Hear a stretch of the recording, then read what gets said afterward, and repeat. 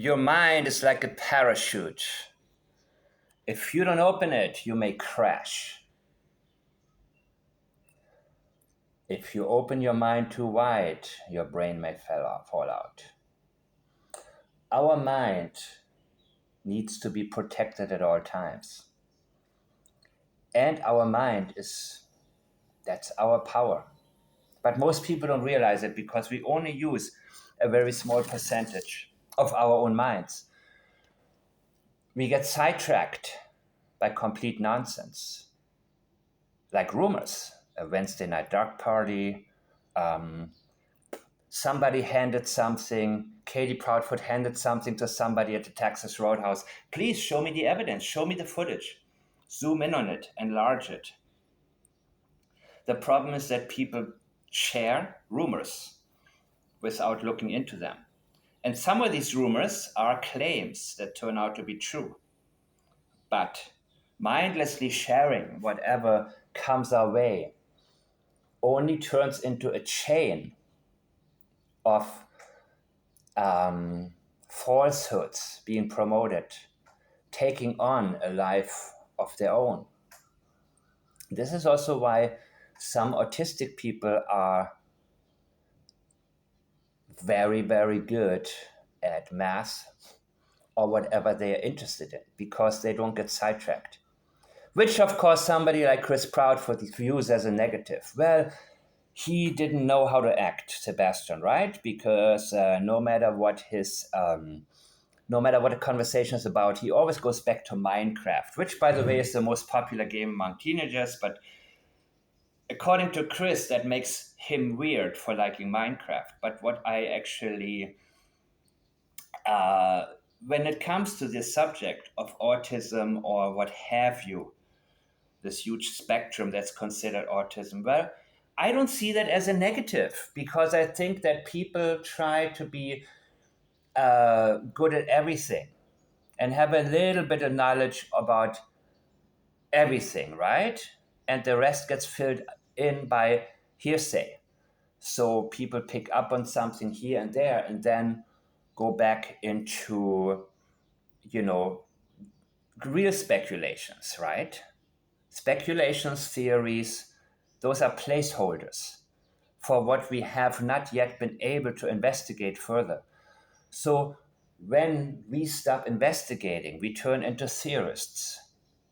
And a lot of people will defend their own theory and they will not stop. So I always need the source if possible, because I know, people will lie on their channels, they will fabricate things. So I'm always going to ask for the source. I'm going to look deeper into the source. And once you lie to me one time, now I'm not talking about somebody making mistakes.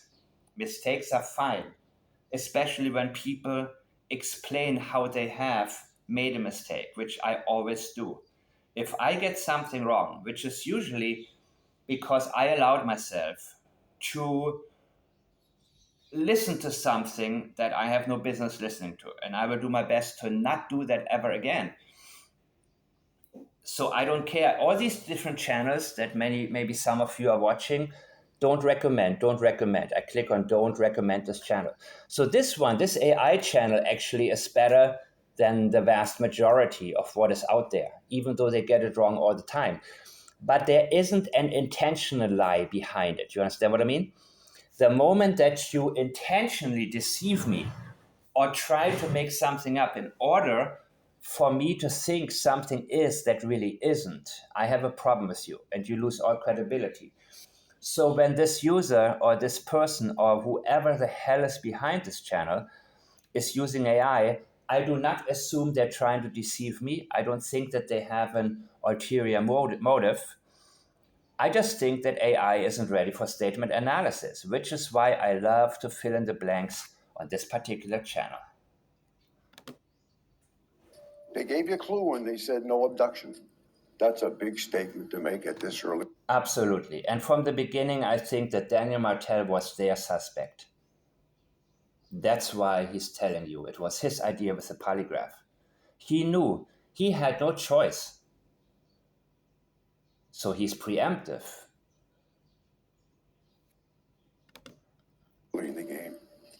I mean, you don't have to trust my word, but... I don't, bro. You don't. You know you're not trustworthy. If you are about to make a statement about your missing children, you're not going to say, don't trust me, you don't have to trust my word. Because you know whatever you're going to say is 100% the truth. You don't falter, right? You don't say, if I did it. You don't go the O.J. Simpson route. That's not possible when you are 100% innocent of a horrendous crime that you may be accused of. You will keep it short and sweet. Hold on. No, I didn't do it. I had nothing to do with it. Well, what about this? What about, I don't care. I had nothing to tell. Well, how do we? Because I'm telling you the truth. I'm only telling you the truth. And the truth will stand on its own. When you know for a fact you didn't do something and you're being accused, you will tell people 100%, I had nothing to do with this. But I'm the only one doing media for Jack and Lily. Oh, that's rich, right? Yes, you are. That's nothing. What do you mean doing media? Are you calling out to the abductors? What are you doing? You're doing media? This is a chore for him. He told you, I did all the culverts. I did all that. I did. That's like saying, I did the dishes. I'm done now. Are they clean? I don't care. Good enough. I'm done. This is my chore. He views this as a chore. He doesn't want to do any of this. But he thinks that is his best option right now, to present himself as the maybe likable guy that he thinks he is. And what I mean is, he probably has been referred to as a likable guy before and developed a pattern where he knows, well, he has maybe a certain aura and an innocence about him, or a certain appeal that doesn't get people to suspect him necessarily. He probably has a confidence based on past successes. Like Chris Proudfoot, he has had success early on when it comes to intimidating people. Like, he's stupid, but he knows how to intimidate people enough to back off, to where they back off, even when he loses an argument. And it still works on Seth and many other people, which is why that is a cold case. So he is putting his best foot forward, and in his own mind, it is, I have a likable persona. I have a likable aura about myself. I am the kind of person that people don't necessarily, who knows what he's gotten away with in his life, right? And who knows what he's been able to talk himself out of. I'm talking about past CPS situations maybe, or CAS, right, in Canada. Children's something. So we go back to what worked for us in the past. Our pattern comes from somewhere. And he truly believes, the more he shows his innocent face, the more people are going to not look at him. I'm the only one doing media for Jack and Lily, trying to keep the story alive. Trying to keep the story alive. It's a story he's telling us.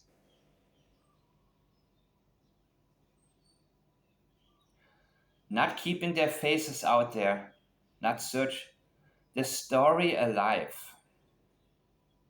His narrative to overshadow common sense among people like you. He wants you to hear the story. He wants you to be unable to get away from his story. Get them found. I see from the outside, there's only two options here. Criminal involvement, search, they haven't found him yet. They legitimately got lost in the woods. No, they didn't. Absolutely not. The dogs would have tracked them. The dogs would have been able to find him. And they wouldn't leave their coats at home when it's 40 Fahrenheit, below 40, and maybe 3 Celsius, almost freezing. And you mean they're gonna go outside into the yard He even told us they don't like being wet or cold, right? No, absolutely not. So the abduction theory already is out to me, unless somebody came inside of the house. So you think these people who are sleeping in their bed and this sliding door, you heard my sliding door, right? I don't tell me that in this trailer the sliding door is any better than mine. And then, you know, don't tell me that. You mean somebody came inside of the house and without you knowing took these children? Absolutely not. Felt, okay, let's give them a couple of days to see if these kids are just wandered off because they're only 6 and 4. So are they lost? They'll find them, maybe. If not, let's see how far it goes. And I says, and if it goes beyond 2 or 3 days, uh-oh.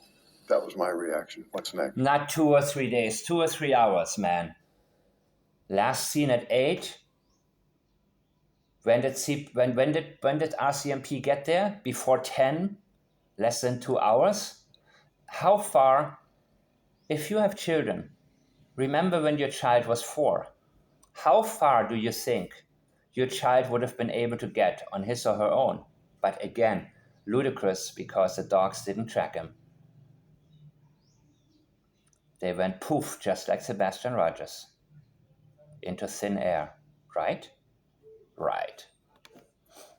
Uh-oh. If this is not a criminal investigation now, I'd be totally surprised. Based on appearances, this went in the wrong direction early on, and key momentum and leads were lost when they were out in the field. Yeah, maybe. Maybe the RCMP had to go. There are a lot of things that baffle me about that investigation. A lot of things baffle me there. But again, I'm not going to go too deep into detail and make too much of a judgment simply because I am not that familiar with the system in Canada, what police have to do, how they have to operate. I do not know. Some of you have filled me in, yes, thank you very much. But I am going to not as much focus on what has been done wrong as I did in the case of Sebastian Rogers, but rather what needs to be done now. But yes, I think a lot of evidence may have gotten lost, including maybe camera footage at toll booths or at out there on the freeways from people who may have spotted a vehicle belonging to somebody in that house. Early morning hours. At night. Right? So, Fields looking for kids that maybe were never there. It's been nearly 6 weeks since 6-year-old Lily and 4-year-old Jack Sullivan were first reported missing from their home in Lansdowne Station, Nova Scotia.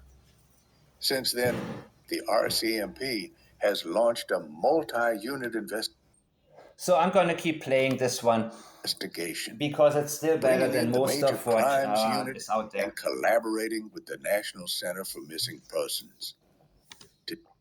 And the advantage here is that I'm going to correct what they say I know is wrong, right? When they do. But it's hard to do that when somebody creates an elaborate story and fabricates things willfully. And at this time, as I've said, when somebody lies to me intentionally, I just don't watch the channel anymore. I'm sure that once in a while they have something that's actually true. But if it's accurate and if it's important, it'll get to me one way or the other. That's been my experience. So I do not waste a lot of time. However, this one, they're getting a lot of viewers. I don't know how, but they're getting a lot of viewers right now, this channel. So I don't even... Oh, thank you, Julia, for your message. They're getting a lot of viewers. So a lot of people are paying attention to it. Oh yeah, the protests. I'm not into that. I'm not paying attention to any of this. And there are many other things that I would love to talk about once in a while, but I rather not. Let's keep going, my friends. To date, police say they've officially interviewed 54 individuals in connection with the case. But despite this large-scale effort, the children are still missing. And now, questions are beginning to surface. Yeah. Not just about what happened to Lily and Jack, Not just. but how the investigation itself has been handled. Yeah. In this episode, we'll examine expert opinions, many of which raise serious concerns about our... Yeah, I hate it when they say expert opinions, because most of them say what they say, I'm sure, I'm not saying they're not so-called experts. I'm not saying they have no skills, but what they normally talk about is very, they keep it so much on the surface that it doesn't give me too much information at all, except the guy with the glasses. Yeah, he's pretty cool. And the other guy about the polygraph, I hope he's going to be on there. Yeah, once in a while, let's see. Benefit of the doubt, right? Benefit of the doubt. I give benefit of the doubt unless you have shown me at one point that you are deceiving me intentionally. Intentions are everything to me, which is why my plate system. Priorities, leakage, avoidances, intention, deception, sensitivities. In that order, by the way. CMP's response and strategy.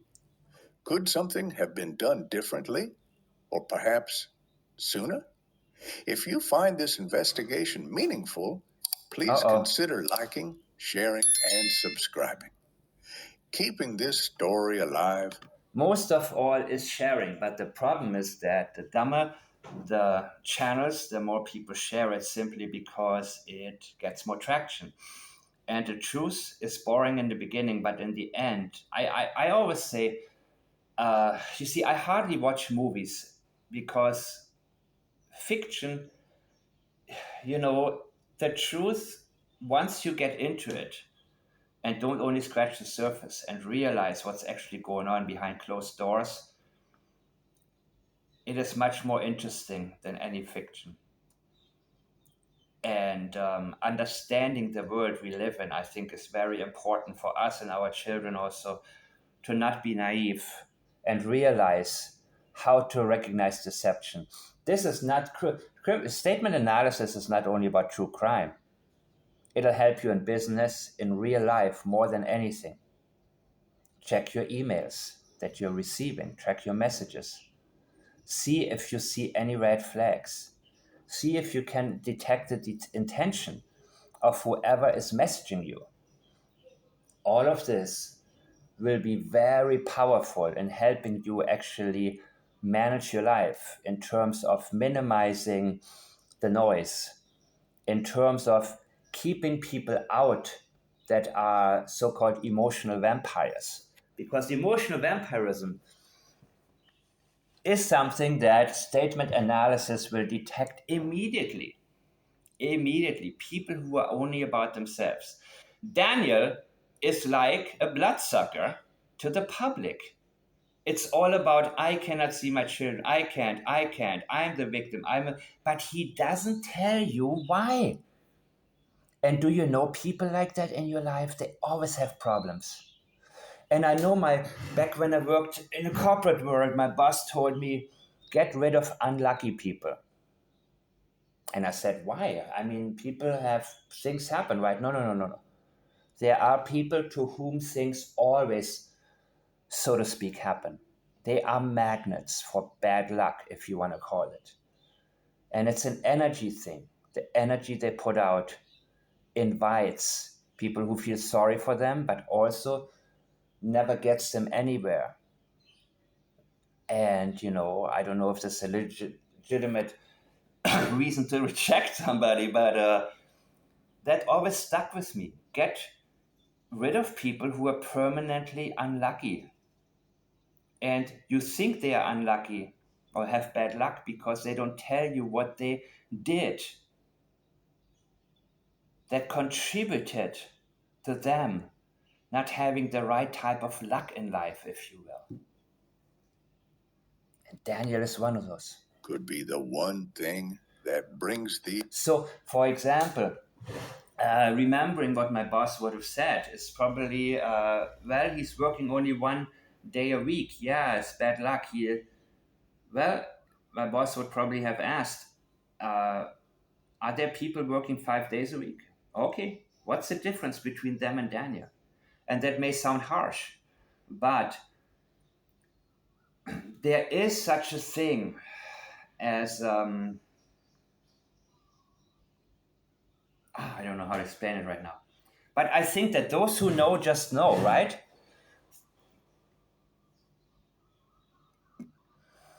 Daniel reminds me of the types of people that my former boss would talk about.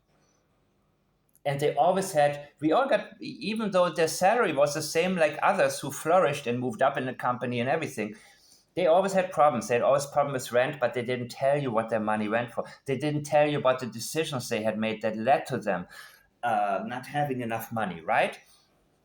It's about management, it's about energy, it's about a lot of different things. And I want you to understand that this statement analysis and focusing on the realities and demanding proof, no matter what, if somebody tells you at the Texas Roadhouse, Katie handed something to somebody, show me the proof. But the people I'm calling out, they're ignoring this completely. But they want to believe it because somebody told them what they're supposed to see. And they will continue their story because they don't want to look stupid. They don't want to look gullible. So a lie, people surround themselves with the types of people who lie to them. They lie to each other. And that happens in all walks of life. So the only thing you can do is disconnect. That's why I'm not team anything. I'm cool with anybody as long as they're telling me the truth. And it's on a case by case and statement by statement basis. Please share this video, by the way. These children home. What's the first thing you do when you wake up in the morning? And by the way, I'm saying this because some of you have told me I'm green team, I'm team Seth, and you have said a couple of things that some people were upset about. So you need to understand, I would love to, you don't need to explain to me about why you don't share you can do what you want. But you see, the one problem I always have is with people who message you in private and tell you they really want to tell you something, but they can't say it in public because you said something that upset some people that I don't want to lose around. I don't understand this mentality, people. So thank God I have my own channel where once in a while I can interject some thoughts that I otherwise would have to keep to myself or bother some friends, close friends who cannot do anything about it with it.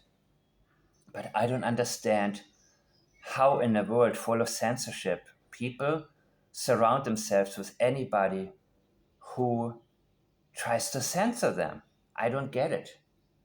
I personally have an inner, I don't know how to say it. So I appreciate the people who have the courage actually to say, well, listen to this video of his. You don't have to you don't have to watch anything about Sebastian or anything about whoever.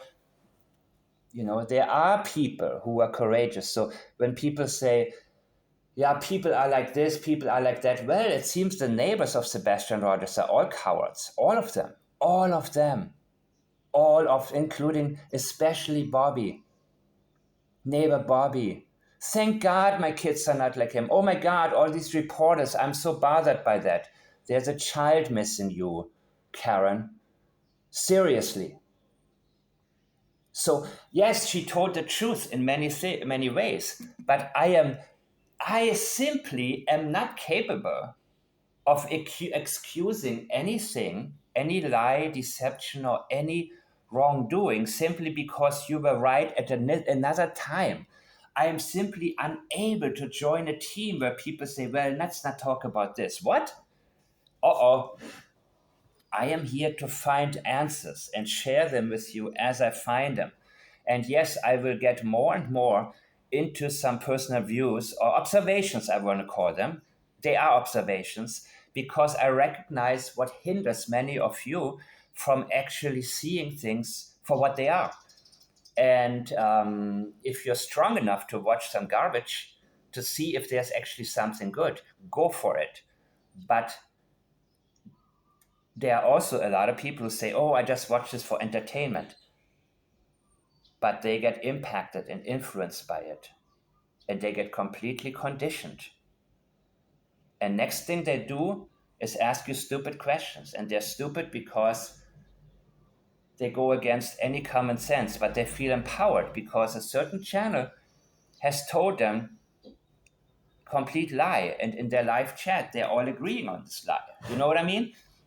So by all means, thank you to Krista and Julia. Thank you so much for keeping my channel. I wouldn't do these live chats without you. And you are the only reason that I'm still doing them. And I appreciate it very much.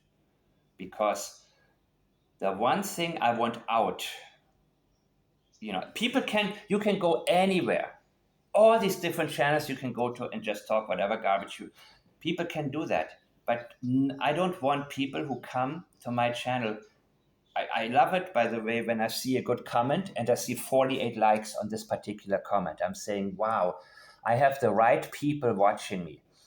And the last thing that I want is somebody to come here and see complete nonsense. And I'm not going to define right now what I mean by complete nonsense, but those who know. So I appreciate all of you. And I want to keep encouraging you to please share your thoughts. Share your thoughts. Don't be afraid to critique me. If you think I missed something, I will miss things. I usually get to most of it the second time around, as I did with the Logan interview. But in my first one, yes, of course, I skipped a lot of things. It'll take a team of analysts maybe 2 or 3 days to analyze the whole thing in a team of 4 or 5 people. So when I'm doing a 1-hour video, I'm going through it just in terms of prioritizing. And I do jump around. I'm not going to waste my time on something that I think may not turn out to be that important. But let's see what else we can hear. Before we dive deeper into today's case, let's take a look at one of the most recent updates from the RCMP. Okay, do it. Here's what Corporal Guy Tremblay had to say about the role of the Yes. Go ahead. Go for it, bro. The Truth Verification Unit is engaged. There's multiple facets to those investigations. So I looked up the Truth Verification Unit, and the only thing that I found about them is that they are very secretive and I like it a lot. No, I'm not good at doing the Jim Carrey voice from Dumb and Dumber. I like it a lot. I like it very much because you cannot, unfortunately, fill people in too much on all right, I'll get to this later. Or I'll ignore it completely. But they're very secretive. And it's probably very hard to get into this unit. And I think I hope that they got the best of the best. They got the types of people probably who will be able to analyze like I do.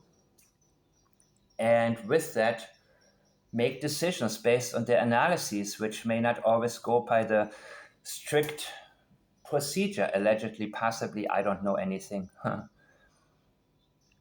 But they get results, I'm thinking, and I'm hoping. So, of course, truth verification is just another term for deception detection or, what I call plates, whatever you want to call it. Lie detection. Let's call it plates, PLAIDS. Priorities, leakage, avoidances, intention, deception, and sensitivities. And those experts are examining every question and answer that those individuals are providing. And it could guide the investigation. I'm sure it can, because there's a 4-hour interrogation with Daniel. And oh my God, I think it will take me 4 weeks to get through that one. If I do it,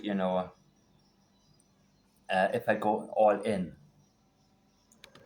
Statement, while seemingly informative, exemplifies the bureaucratic and guarded language often found in Right. institutional discourse, particularly within law enforcement. Yes. By invoking the Truth Verification Unit, the RCMP avoids directly naming the polygraph technique, Not only. thereby softening public reaction and sidestepping the controversial nature of lie detection as an investigative tool. Not only that. The phrase also elevates the procedure's perceived authority through formal terminology. The use of hedging language, multiple facets, could guide, reflect institutional caution. This rhetorical distance serves a dual function. It maintains the appearance of procedural transparency while minimizing legal or reputational risk. Exactly, and that's why I think actually it is absolutely correct that the Truth Verification Unit is very secretive, because they need to have a certain amount of freedom, and they need to be able to operate in an effective manner that maybe the general public would have a problem with. And so I'm thinking that, man, once you get them in, you're going to get results. I truly believe that. The emphasis on experts examining every question and answer deflects responsibility from the institution to unnamed specialists, distributing accountability across a diffuse structure. Finally, the passive phrasing, "it could guide the investigation," reveals an intentional ambiguity. It avoids confirming whether any actionable insight has been gained. This linguistic vagueness functions to maintain control over public expectations, preserving investigative secrecy while still signaling activity. Police say they've now gathered hundreds of hours of surveillance footage from the surrounding area. They've formally interviewed 54 people. But I want to know, is there footage of the freeways where Daniel could have had access to the coastal area? People and over 480 tips have come in from the public. As for the physical search,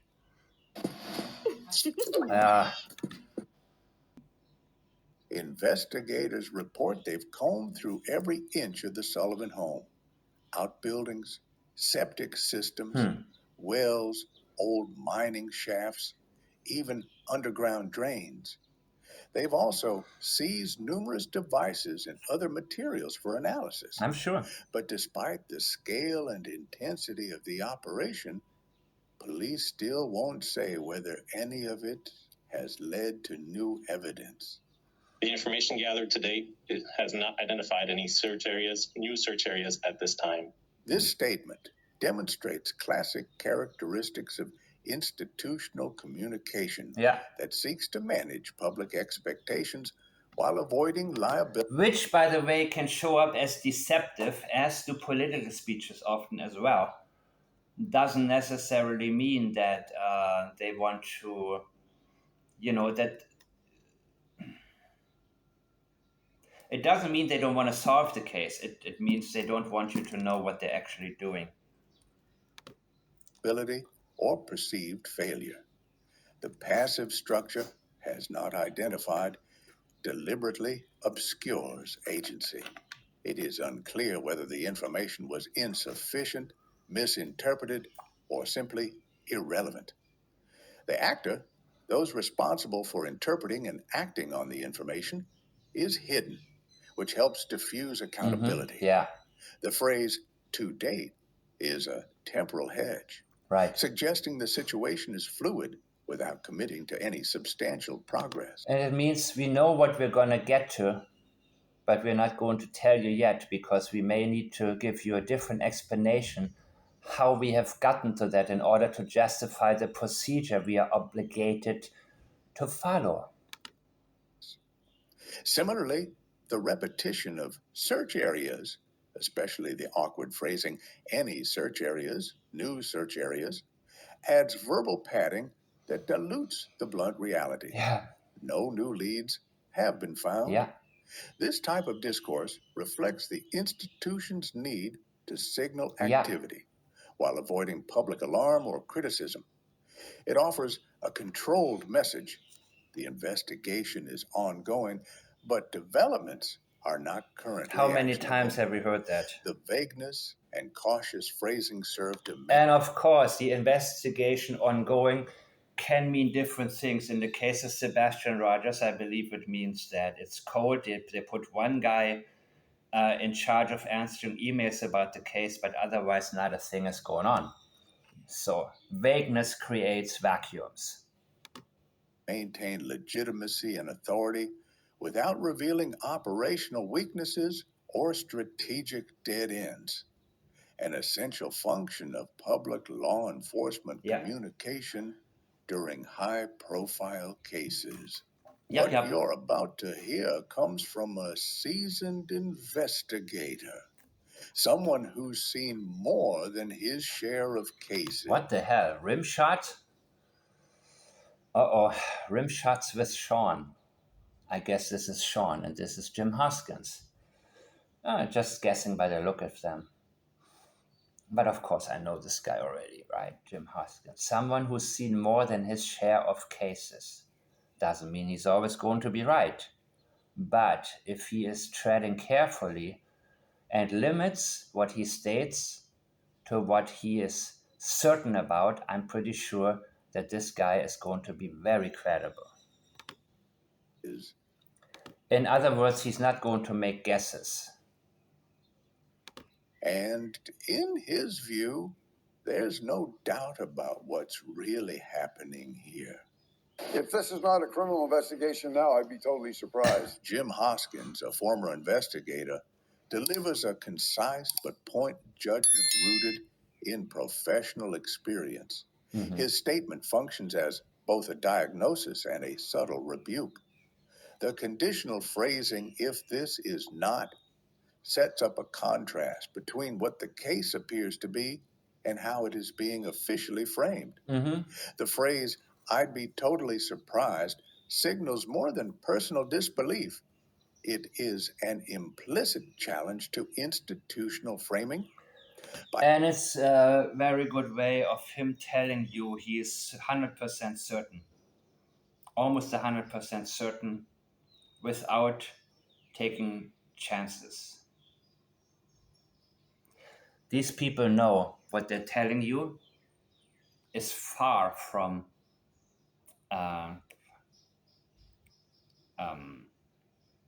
they're telling you what they're telling you.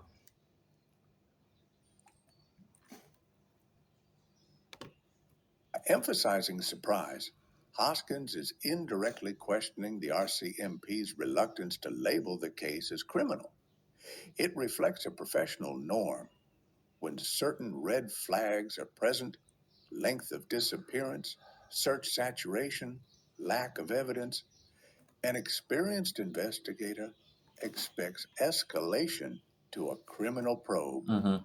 His brief comment carries the weight of practical knowledge, inviting the public to reconsider the official narrative and to take seriously the possibility that this is no longer just a missing persons case. And I think I'm going to end it here, people.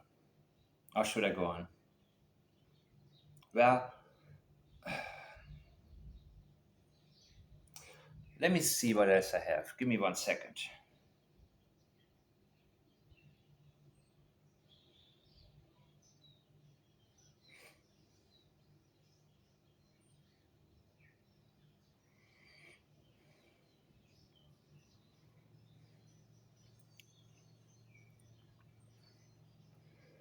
Love your comments, people.